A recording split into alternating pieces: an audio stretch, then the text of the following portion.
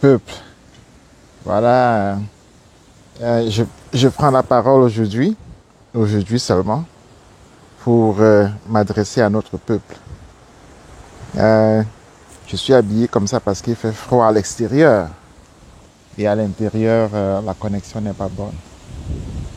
Mais j'estime qu'à partir d'ici, je peux tout au moins faire ce live, n'est-ce pas? Parce que ce sont des moments vitaux qui sont en train d'avoir lieu. Ce sont des moments essentiels qui sont en train d'avoir lieu. Et j'estime que la victoire ne revient qu'à ceux qui sont organisés. Je répète vraiment, la victoire ne revient qu'à ceux qui sont organisés. C'est essentiel de savoir que le chassement est organisé, planifié. Parce que d'habitude, ceux qui sont au pouvoir disent que en face, il y a le chaos, il y a le désordre, n'est-ce pas, il y a la guerre, etc. Mais j'aimerais dire que le chassement est planifié et organisé. En fait, c'est la seule chose la mieux organisée qu'il y ait au Cameroun. Parce que nous sommes assis sur les épaules, n'est-ce pas, de nos aînés, dont d'ailleurs un des maîtres vient de mourir, est mort aujourd'hui, Yondo Black. Donc je fais cette vidéo déjà pour lui rendre hommage. Pour rendre hommage à nos aînés, c'est-à-dire à des gens comme Yondo Black.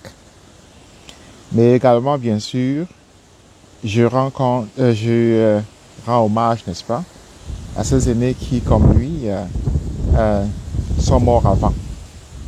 C'est pour dire que c'est leur pensée qui nous inspire. C'est leur manière de faire et de travailler qui nous présente le chemin. Et donc, c'est pour eux, à travers eux, n'est-ce pas, que je parle. C'est pourquoi je dis toujours que nous sommes assis sur des épaules de géants. Ce sont là des géants. Cette vidéo ne sera pas longue.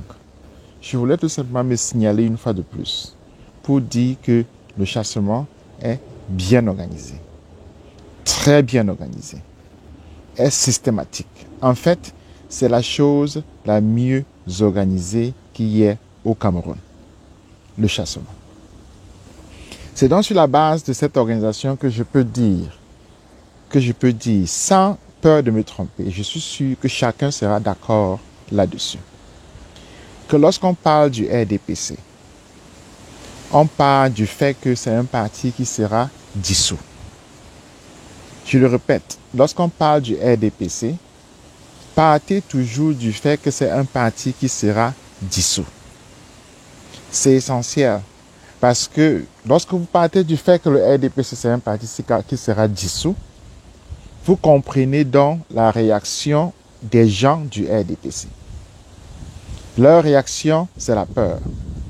Leur réaction, n'est-ce pas, c'est le sentiment qu'ils vont tout perdre. En fait, c'est eux qui vont faire la guerre parce qu'ils veulent survivre, parce qu'ils veulent garder leurs avantages, parce que, n'est-ce pas, ils veulent continuer le crime qu'ils commettent contre le peuple camerounais. Donc, lorsque vous parlez du RDPC, il faut toujours savoir que c'est un parti qui sera dissous et dont les membres eux-mêmes savent qu'il sera dissous. C'est pourquoi, dès le premier jour d'ailleurs, j'ai dit qu'il faut toujours savoir que Biya va vouloir prendre la fuite. Il va vouloir fuir. Il va vouloir fuir parce que les crimes qu'il a commis contre le peuple camerounais sont énormes, sont odieux, sont absolus. Un type comme lui ne peut pas rester au Cameroun lorsque le chassement a lieu. Il va vouloir fuir. Et donc, il faut toujours vous rappeler ça. Il faut toujours vous rappeler que Biya va vouloir fuir. C'est pourquoi, dès ma première prise de parole, j'ai dit qu'il faut toujours vous rappeler de ça et savoir que les frontières aériennes, maritimes, terrestres et même souterraines doivent être bloquées afin qu'ils ne sortent pas. Afin qu'ils ne sortent pas du tout. C'est-à-dire que le but doit être de le capturer vivant. Je répète encore afin que ce soit vraiment clair. Le but du chassement doit être de capturer Biya vivant. Je n'ai pas dit que le but c'est, n'est-ce pas, de le tuer. Non, non, non, non, non, non. Le but c'est qu'il vive. On le veut vivant. On le veut vivant. C'est ce que j'ai dit toujours et toujours. On veut que Bia soit vivant. Et qui suit bien ce chassement, qui suit bien cette page, qui suit bien ce que j'écris. Moi, j'ai toujours dit que je ne suis pas contre le fait qu'il soit candidat à l'élection. En fait, ça aurait été dommage qu'il ne soit pas candidat. Il est candidat, c'est une bonne chose. Donc, il faut avoir comme but bien précis de le capturer vivant. Je ne dis pas qu'on le blesse. Je ne dis pas qu'on le maltraite. Je dis qu'on le capture vivant. C'est ça le but et ça doit toujours être le but. C'est-à-dire que si on se représente ce but-là, on peut commencer à travailler pour la libération de notre peuple. C'est-à-dire que le but doit toujours être clair dans la tête de qui que ce soit. C'est qu'on veut Paul Biya vivant et on va le capturer. C'est tout. On ne veut pas plus que ça, on veut le capturer. Lui, Paul Biya Bimvondo, le capturer vivant. C'est tout. Et comme j'ai dit, n'est-ce pas, ils vont vouloir fuir. Je n'ai pas dit qu'ils vont vouloir faire autre chose. J'ai dit qu'ils vont vouloir fuir. Parce qu'ils savent eux-mêmes que les crimes qu'ils ont commis contre le peuple camerounais sont ignobles. Sont absolus.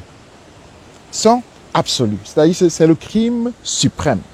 Le crime suprême, c'est le génocide. Ils savent eux-mêmes qu'ils ont commis le crime de génocide. À côté de, c'est le crime de sang, n'est-ce pas? Le génocide. À côté de ça, le crime de corruption, de malversation, etc., etc. La liste, on va l'établir.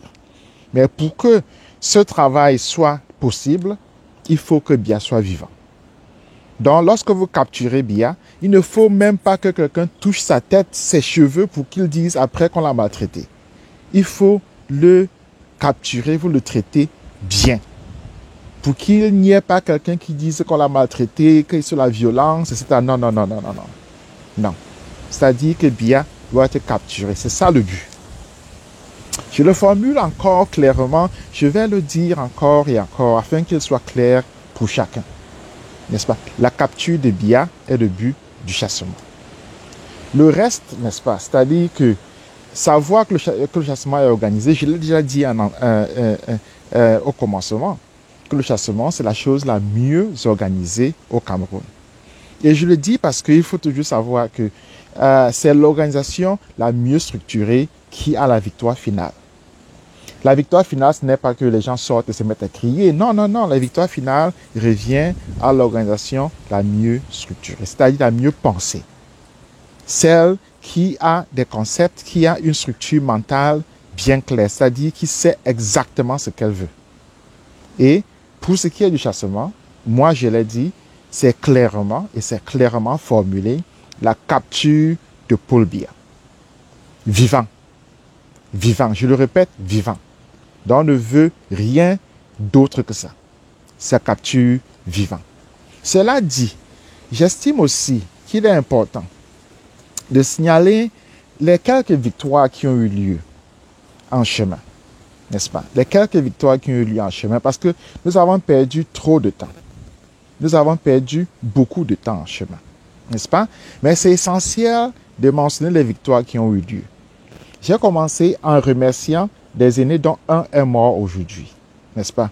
Yondo Black, Maître Yondo Black. Je les remercie. N'est-ce pas? Et maintenant, je vais mentionner les victoires. Les victoires se divisent en deux genres. Il y a deux genres de victoires. Il y a les victoires tactiques et il y a les victoires stratégiques. Il y a deux genres de victoires. Il y a les victoires tactiques et il y a les victoires stratégiques. Deux genres de victoires. Voilà. Donc, la première victoire est rarement une victoire stratégique. La première victoire est rarement une victoire stratégique. C'est d'habitude une victoire tactique. La première victoire tactique qui a eu lieu, n'est-ce pas? Selon ma propre analyse, selon l'analyse de la situation, analyse la plus simple, la plus claire de ce que moi j'ai vu. La première victoire tactique, c'est que il y a Maurice Kamto qui n'est plus sorti pour désavouer les manifestants. Je répète encore, il y a Maurice Kamto qui n'est plus sorti de n'importe où pour désavouer des manifestants. On a vécu ça pendant 7 ans. 7 ans où dès que quelqu'un fait quelque chose de courageux, il est désavoué, il est désavoué, il est désavoué. Ça, c'est une victoire tactique. C'est une victoire tactique qui est l'aboutissement de 7 ans, en fait de 12 ans d'errement politique. C'est-à-dire, en fait, on a rarement vu ça. Un peuple aussi grand, aussi beau que le peuple camerounais qui se met des pierres sur des pieds afin de s'empêcher de marcher. Donc, là, c'est la première victoire tactique. C'est une victoire extraordinaire. C'est-à-dire qu'elle permet à des gens que l'on connaît, Calibri, Calibro, elle permet, n'est-ce pas, je pense au Madicom, je pense à la Basse, n'est-ce pas, je pense à tous ces jeunes-là qu'on a vus en Allemagne, je pense au Taillot, aux gens comme ça, n'est-ce pas, de se tenir la tête haute, n'est-ce pas, et de se remettre dans le train du chassement.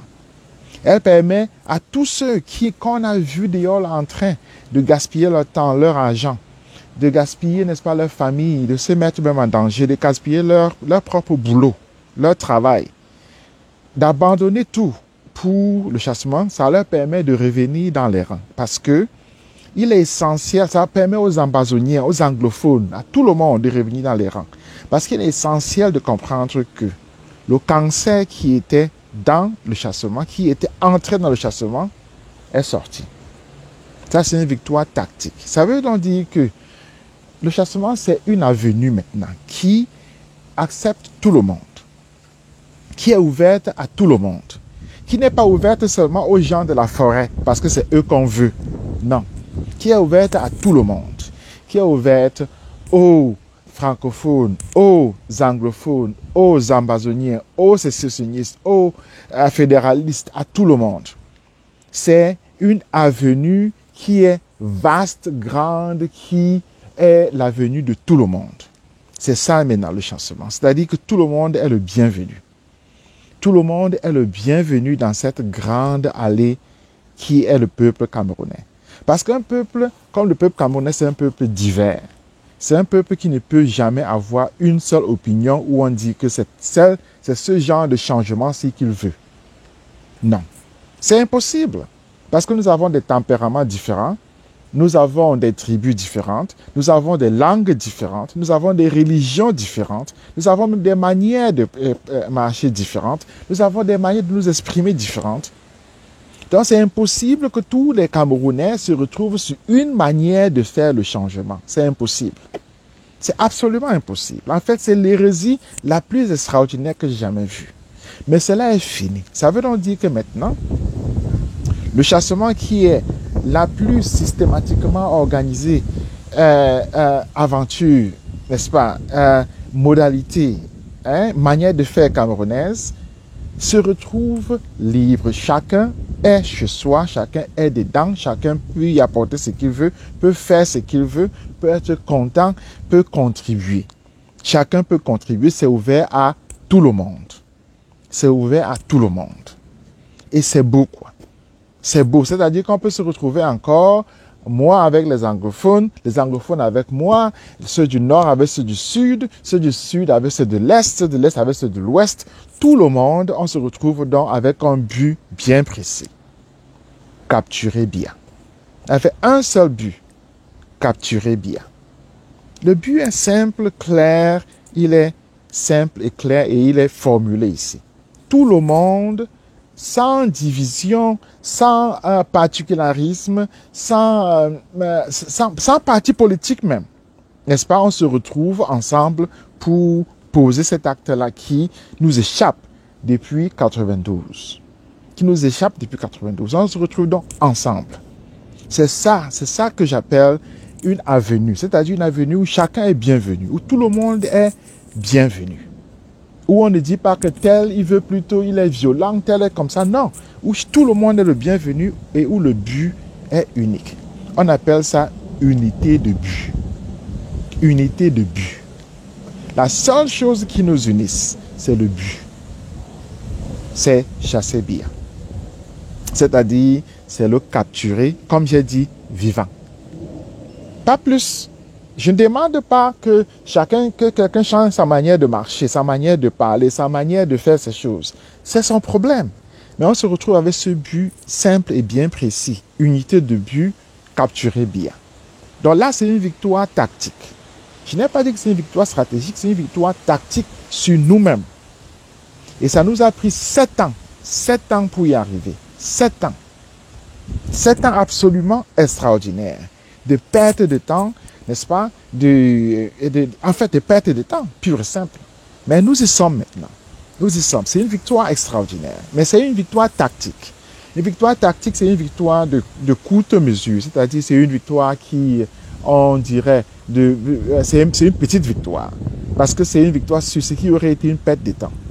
N'est-ce pas? Sur ce qui ailleurs était naturel. C'est-à-dire que les Sénégalais, les Maliens, n'est-ce pas? Les Burkinabés, ils sont d'accord là-dessus dès le départ. Ils sont d'accord là-dessus. Mais ça nous a pris 7 ans pour arriver là-dessus, sur le fait que nous devons nous unir sur ce but bien précis.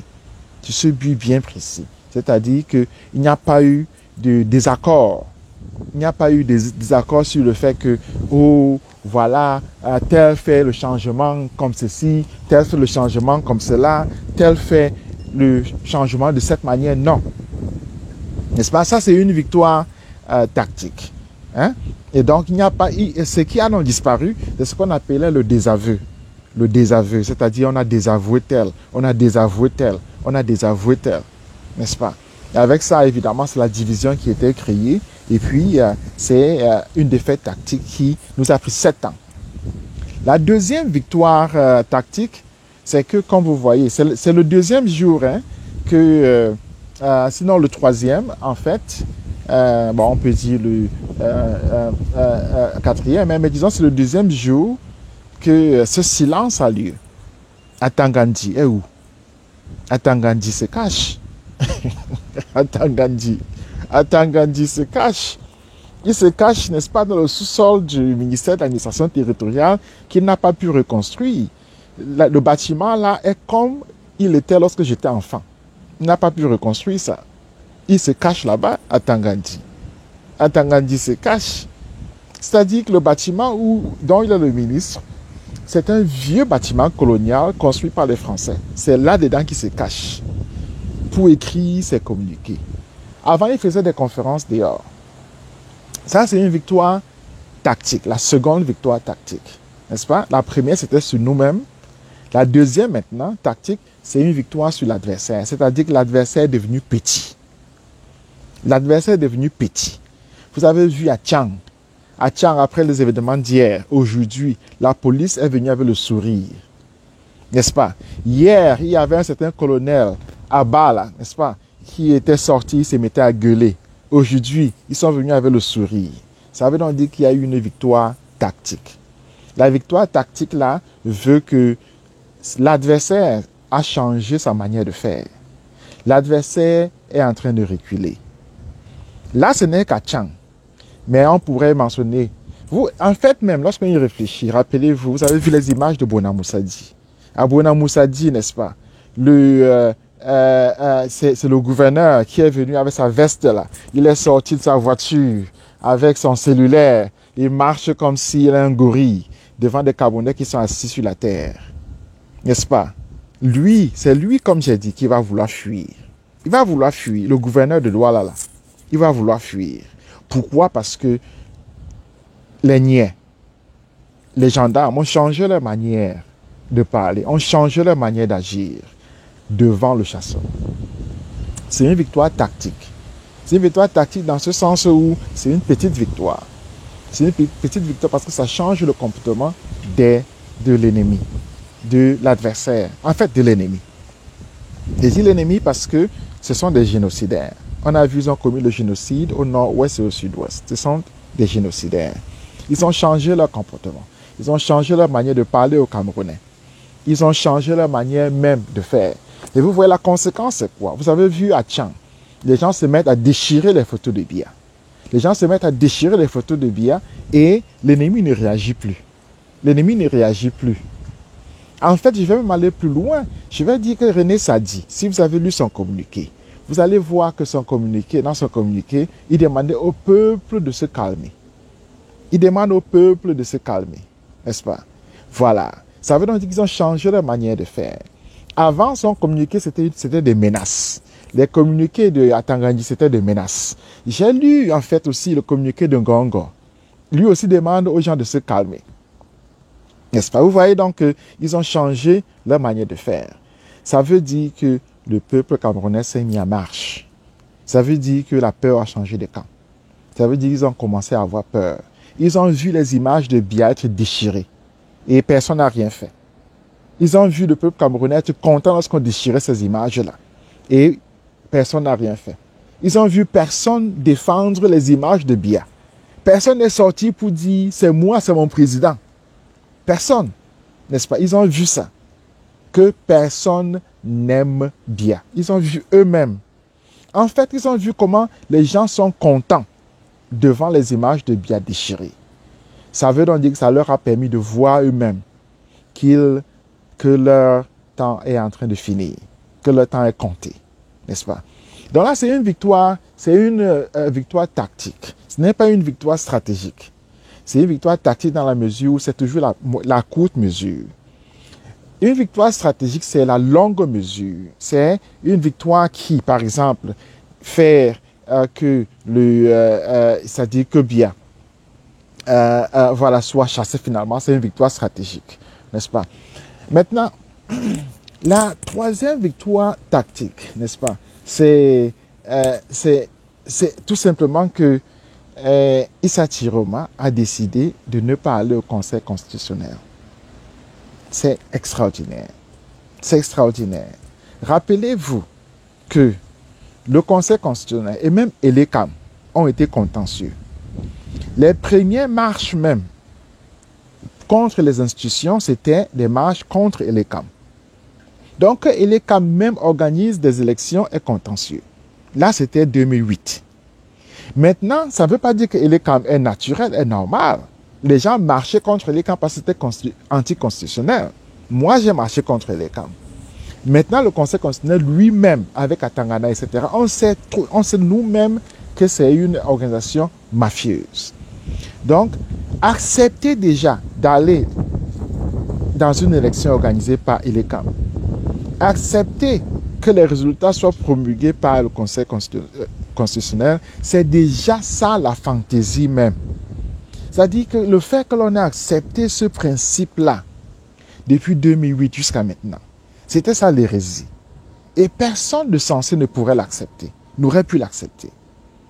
En fait, lorsque j'ai vu, n'est-ce pas, en 2018, j'ai vu le balai des gens habillés en veste noire, des avocats, aller devant le Conseil constitutionnel, moi je disais c'est une farce absolue parce qu'ils sont en train de légitimer un instrument de la tyrannie. Ils sont en train de légitimer un instrument de la tyrannie, n'est-ce pas? Aller même à cette élection-là, c'est légitimer la tyrannie elle-même. Et donc avec ça, voir que finalement, les Camerounais ont accepté que ce n'est pas nécessaire, qu'on refuse d'aller au Conseil constitutionnel, pour moi, c'est une victoire tactique, vraiment. C'est la plus grande là. C'est la plus grande là, n'est-ce pas?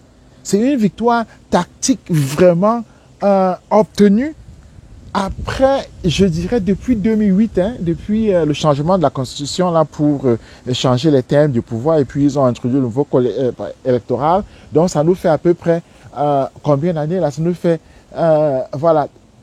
18 ans sinon de bataille. Près de 20 ans de bataille, n'est-ce pas? Donc là encore, c'est la courte durée, parce que les courtes durées au Cameroun, c'est des choses longues. Dans d'autres pays, les courtes durées, c'est 6 mois. Au Cameroun, courte durée, c'est 20 ans. Courte durée, c'est 20 ans, n'est-ce pas? Chez nous, parce que notre pays est lent. Notre pays est lent, politiquement lent. On a des hommes politiques qui ne réfléchissent pas, qui posent des actes. Aujourd'hui, demain, ils posent le contraire, n'est-ce pas? Ils ne réfléchissent pas sur la longue durée. Ils ne réfléchissent pas sur la vitesse. Et donc, on se retrouve avec un système qui est lent, qui est le plus lent d'Afrique. Mais moi, je voulais dire que la troisième victoire, véritablement, c'est cette victoire-là sur le Conseil constitutionnel. C'est ce matin, lorsque je me suis levé, Et j'ai entendu des gens dire, j'ai entendu d'abord Maître Sim, parce que Maître Sim vient de l'appareil qui nous a fait perdre 7 ans. 7 ans. Ils nous ont fait perdre 7 ans. Il sort de cet appareil-là. Il a donc retrouvé Anissé Ekane, n'est-ce pas? Il a retrouvé Anissé Ekane pour dire que ils ne vont pas le Conseil constitutionnel. Ça, pour moi, c'est une victoire, même pas par rapport, c'est une victoire pour le peuple camerounais en général. Ça dit que c'est une victoire qui fait que l'on refuse l'institution de la tyrannie. Et mais alors, regardez, qui se retrouve au Conseil constitutionnel? C'est Cabral Libye, c'est Joshua aussi, c'est Thomas Ndamjoya. Thomas n'aura combien? 1%. 1%, n'est-ce pas? Cabral Libye doit peut-être 3%, n'est-ce pas? Voilà, aussi aura peut-être 2%. Vous voyez bon que c'est une mascarade absolue. Arriver donc sur le fait que l'on accepte, n'est-ce pas, que l'on accepte que le Conseil constitutionnel, ça ne vaut même pas la peine d'y aller, ça ne mérite même pas une attention, pour moi c'est une victoire absolue. C'est une victoire tactique vraiment absolue, beaucoup plus grande que les 2 premières que j'ai mentionnées. C'est-à-dire la première, c'est une victoire sur nous-mêmes. La deuxième, c'est une victoire sur notre ennemi. Et la troisième victoire, c'est une victoire sur la structure même de la tyrannie qui nous tient. Ces 3 choses-là, il ne faut pas les oublier. Elles sont essentielles, elles sont fondamentales. Et elles font que notre peuple, finalement, se retrouve à la hauteur qu'il mérite. La hauteur qu'il mérite, c'est tout simplement d'être un peuple comme tous les peuples d'Afrique. D'être comme tous les peuples d'Afrique. N'est-ce pas? Maintenant, je vais finir ici. J'ai dit au départ qu'il y avait une victoire stratégique qui était essentielle. Qui était essentielle. Une victoire stratégique cette fois. Stratégique. Stratégique, c'est la longue durée. C'est la longue durée. La victoire stratégique, et là, je félicite Issa Tiroma, qui, je sais, a été un traître. Je sais qu'il a été un traître. Il a été un traître en 92. Il a été un traître en 2002 par rapport aux populations du Nord qu'il avait élues comme opposant. Il était un traître. Donc, c'est une victoire sur sa propre traîtrise. C'est-à-dire qu'il a quitté sa propre traîtrise. Je répète encore, Issa Tiroma a été un traître. Et moi, comme vous savez, en fait, je l'ai peut-être très peu exprimé, c'est-à-dire que c'est pourquoi je retrouve toujours le processus de la bataille après l'élection. C'est que je ne crois pas à l'élection. Je ne crois même pas au parti politique.